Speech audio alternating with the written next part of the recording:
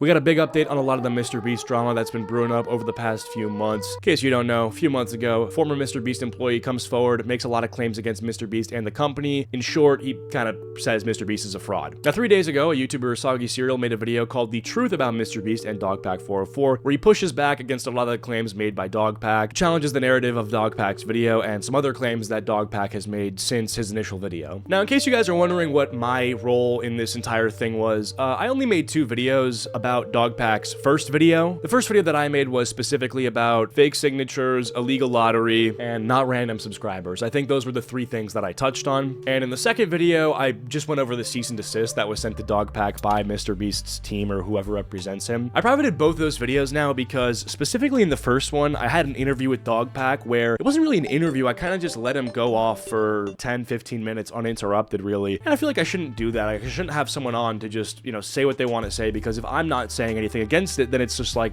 I'm kind of silently co-signing it, which I don't like, so I privated the video. And the second one, I think with the cease and desist, I still think that, before sending someone a cease and desist, doing the legal lawfare, especially as like a huge company like Mr. Beast against an independent content creator like Dogpack, I think you could try to sort it out, make a public statement responding to some things that they've said. But at the same time, I've privated it because I think if they genuinely have a legal basis for the claim that Dogpack is slandering them, then, the first step would be to do a cease and desist, correct? So even though the Streisand effect is still in play and I don't like lawfare, there was definitely more of a rationale behind the cease and desist than I made it seem in the video. But yeah, those are the 2 videos that I posted on this. I didn't make like 10 or 12 or whatever on this on every single video or every single new claim that Dogpack made, because I stopped following it. I didn't really understand half the shit that was going on after a while. But right here, this is what Dogpack says at the beginning of his "I worked for Mr. Beast, he's a fraud" video. Hi, I wanted to provide some context to this video. I'm a former Mr. Beast employee, and today I am alleging that the company rigged videos and did illegal lotteries and sold fake signatures. I would consider that fraud. Okay, thank you. Okay, so that's the thesis of his video. That's kind of what I made my videos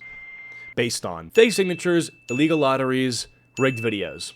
3 big claims. Now, as you can see here, since his original video and what I just played, all these other things have been accusations made by Dogpack 404. Like 90% of these I didn't cover because I wasn't following it. But the illegal lotteries, that's all stuff that I echoed. The random subscribers I echoed. Ava Chris Tyson's a degen. I guess that's just a more general thing, but everyone knows that. And signature fraud. So here's what Soggy Cereal's argument against the signature fraud claim made by Dogpack 404 is. So here's a clip of Tyler maybe not forging, using Mr. Beast's signature. And again, I'm not a lawyer. I think this is fraud. Maybe ask your immediate lawyer next time, because your opinions are fucking stupid. It's completely legal and fine to use someone else's signature if they gave you formal consent to do so, and it doesn't devalue the signature. So that 20-second response was kind of all Soggy Cereal had to say against Dogpack 404, that it's legal and fine to use someone else's signature if they gave you formal consent. Now, obviously, I think it's safe to assume that Mr. Beast gave Tyler formal consent, so I don't think there's a forgery argument to make, that he's forging Mr. Beast's signature. But I'll probably just echo what I said in my first video where I echoed this claim. Is this the biggest deal in the world? No, but it's just sketchy. Legally, is there something you could say that, oh,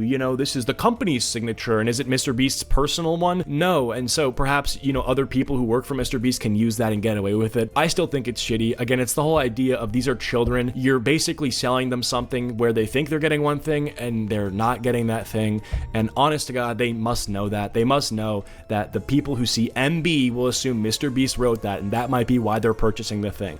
That was my conclusion then. It's still my conclusion now, that it's not illegal. However, it's like a little shady marketing tactic. When people see signed Mr. Beast shirt, I think it's assumed that there's the word "by" in there, signed by Mr. Beast. Because if you're a kid, it says, oh, signed Mr. Beast shirt. Mom, this is signed by Mr. Beast. Man, shut your...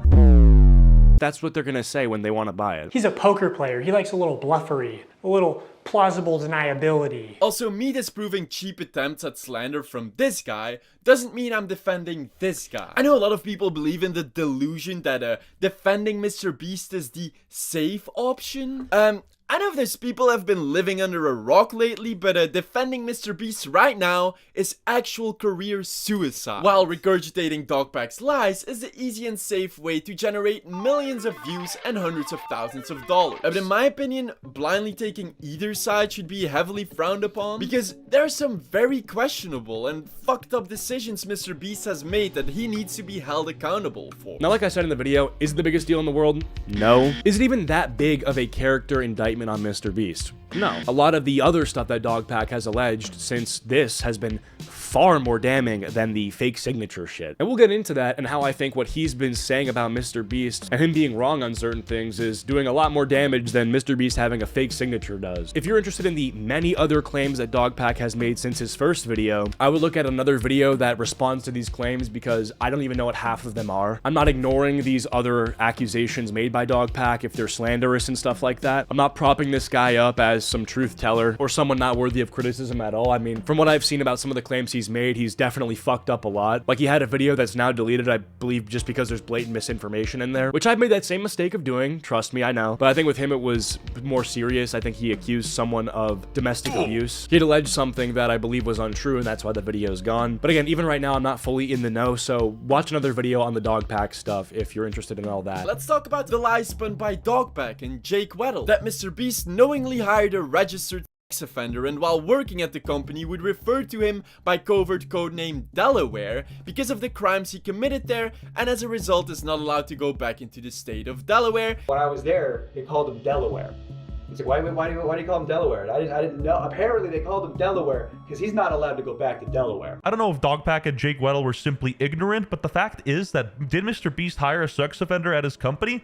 Yes, but it wasn't for the reason they made it seem. That's his nickname? Colloquially? Like, you know, yeah, it's Delaware. Don't ask him why. Obviously, Jake Weddle's a jokester, but this doesn't make Mr. Beast look good at all. And turns out, Delaware was a Best Buy manager that Mr. Beast found in the video. You don't need any Blue's Clues to know that Delaware was literally on his shirt and not some kind of inside gag. And the dude was literally on multiple videos, not even wearing a mask. This was also a while ago, 5 years ago to be exact, and Mr. Beast fired the guy. The guy hasn't been at the company for a while. Now, don't get me wrong, Mr. Beast isn't exactly off of this scot-free. He did technically hire a sex offender. There's no real conspiracy to cover up sex offenders here, but it can be boiled down to just like being stupid. He didn't do the background checks, and that's entirely on him. Anyway, next up, I want to get into the accusation of there never being random subscribers in Mr. Beast videos, and they're all people who work for him or are closely connected to him, YouTubers, employees, whatever. Prime example of Mr. Beast never using random subscribers. Even though multiple people who can be identified by their nameplate can be proven to be random, non-influencer contestants from outside of North Carolina. They are never random subscribers. If you subscribe, you will not win $1 million. I subscribed to Mr. Beast and literally won $1 million. Yeah, I just think when you use the word never, it just, and then it's just not never. That's sort of a problem, I would say. Yeah, I think the problem when Dawson says, you know, they never use random subscribers. If you subscribe, you won't win $1 million. And then the guy from Cleveland is like, yeah, I'm a random subscriber, won $1 million. You know, that's the debunking, right? In my video, I basically took the position that there are more non-random subscribers in these videos than viewers were probably aware of. Like, I've watched Mr. Beast videos. When I saw the clip of Matt getting out first and then winning the Lamborghini, I was like, huh, well, that's definitely not a random guy. So I don't know if someone wants to like disprove this to me or somehow prove that the audience was knowing that Mac wasn't a random subscriber when he gets out first and wins the Lamborghini. I guess I'll take that. But this clip to me looks pretty shady. When Mr. Beast's friend, who was a random stranger to the audience, gets out first and wins a car. He's about to be the first one out? That's unlike him. Even though you got out first, I still have a prize for you. Just wait here.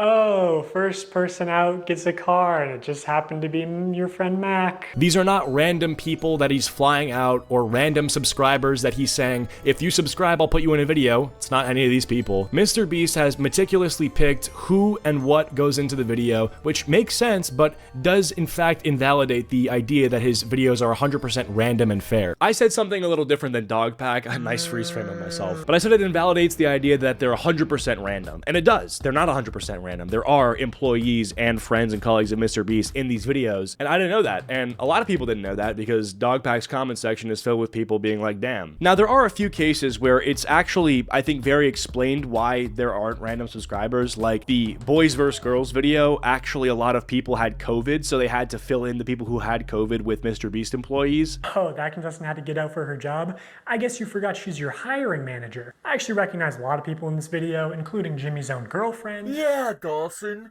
Because they were filling in for contestants who had COVID at the time. You can see Mr. Beast's girlfriend publicly talking about this in a podcast from years ago, by the way. I saw on your Twitter that you were in the video 100 girls versus 100 boys for $500,000. Yes, that was an accident. On the day, everybody had to go for COVID tests, and a lot of people came, got their COVID tests, and they tested positive. And the girls somehow ended up with way too little contestants. So I got a call randomly from the studio, and they're like, we need a female. And that's like a total get out of jail free card, right? Like, I think if there's ever a case where you're going to use people that you know, it's going to be when the people who you don't know, they get sick and they can't be in the video. And I think Dogpack using that to make the claim that if you're a random subscriber, you're never going to be in a video is like so disingenuous. So yeah, with this point when Dogpack says they're never random subscribers, and if you subscribe, you will not win $1 million, that is wrong. I would disagree with that. I do think that there is some level of transparency, though, that Mr. Beast should be held to. Because if you're giving some guy a car in your video, but it's your friend, and your friend is kind of blended in with 100 strangers or whatever, that looks shady. And it goes back to the signature thing, too. You know, I don't like seeing people sign Mr. Beast on a shirt if they're not Mr. Beast. That's just me, I would say. Like, I'm actually on the Last to Leave Circle wins $500,000 video, and, I mean, just look at the way Mac is portrayed. This guy right here is already thinking about getting out. He might be our first loser. To be honest, there's 100 people here. I'm not gonna win. What's the point? Hey, everybody! This guy just said he wants to get out. All right, let's see it. He's overplaying this so much. Just step out. Oh! Even though you got out first, I still have a prize for you. Just wait here. So he's totally portrayed as a random stranger. There's no mention of Mr. Beast knowing this guy. He doesn't say his name, doesn't call him his friend, which we all know to, you know, not be accurate of their relationship. And whether he intends for it or not, it totally seems deceptive to people. It totally seems like you've snuck this guy in as a random just to give him a car because he's your boy. Just try not to do that again. Be more transparent. It's pretty simple. But, you know, does that offset the amount of good that Mr. Beast has done for actual random people? No. I would say anyone who's claiming that is wrong. Now, last but not least, we have to get into the illegal lotteries. With this one, there's not much to say other than, yes, Mr. Beast did conduct illegal lotteries. Dogpack was right about this. Well, to some extent. We'll get into it, but... On my flight back, I finally found some proof that the first illegal lottery was in fact illegal. There was no purchase necessary in the description, no mention of it at all. Yeah, it was illegal. And personally, Jimmy has to own up for it.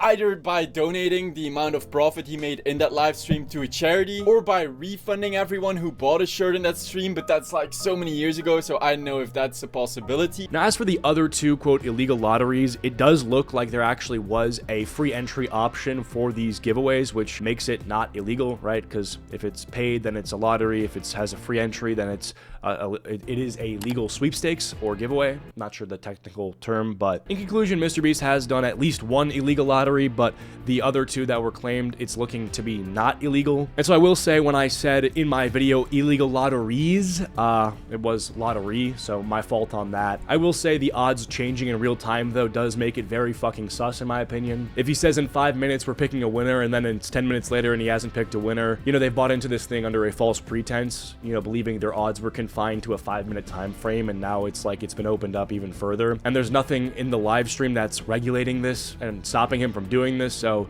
very sus. But as for the other two, not illegal from what I've seen, and so I apologize for pluralizing illegal lotteries when it appears to have just been one. But yeah, that's basically the three claims that I thought were most important that I respond to. I think the signature one, when Soggy Cereal says, well, when someone writes Mr. Beast and they're not Mr. Beast, if they're allowed to write Mr. Beast, then it doesn't devalue the signature. I feel like that's just not true, because it's not he didn't write that, you know? As for the random subscribers, obviously they're not never random. I wouldn't say that. Again, though, there is some funniness going on with a little bit of the max stuff, I would say. Sneaking in your friends as random contestants, no good. But yeah, I think mainly for the illegal lotteries thing, I apologize for pluralizing it when it's just been one, because specifically the word illegal is incorrect from what I've seen. But yeah, ultimately that's most of what I wanted to touch on. Again, if you're interested in a lot of the other claims Dogpack has made about like, you know, the FBI stuff, I have not been following this at all. I have no clue what some of these are even based off of, and Soggy Cereal has, you know, provided a lot of evidence to debunk some of this stuff. And if you want to go check that out, I'll leave his video in the description. But yeah, that's gonna be it for this video. If you guys enjoyed, leave a like. If you didn't, leave a dislike. See ya.